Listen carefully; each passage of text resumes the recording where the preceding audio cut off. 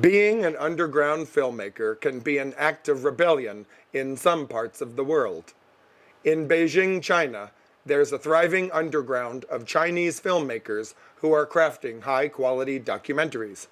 Independent filmmakers who are there, who are making excellent work with digital video cameras, all by themselves, spending time with groups of people that we don't often see in the media, and crafting really beautiful documentaries that I wish more people had the chance to see.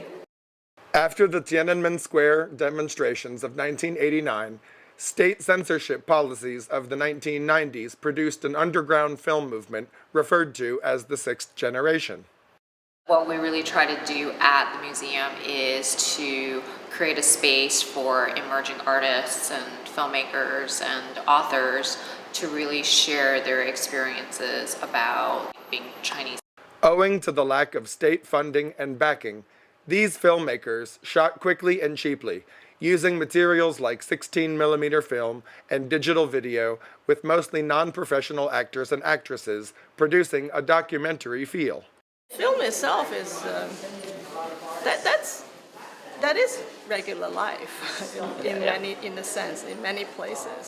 These so-called sixth-generation filmmakers function in opposition to the lavish costume dramas and the propaganda of the state-run media that extolled the virtues of the country's transition to capitalism.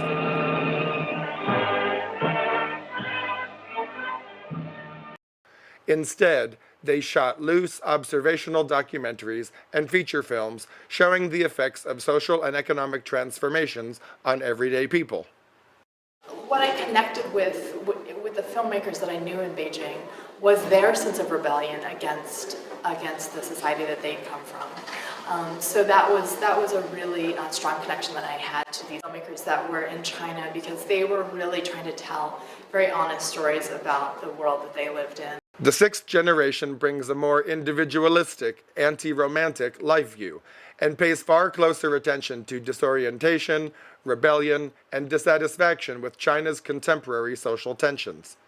Many are made at an extremely low budget and reflect the Sixth Generation's concerns, which tend to focus on marginalized individuals and the less represented fringes of society.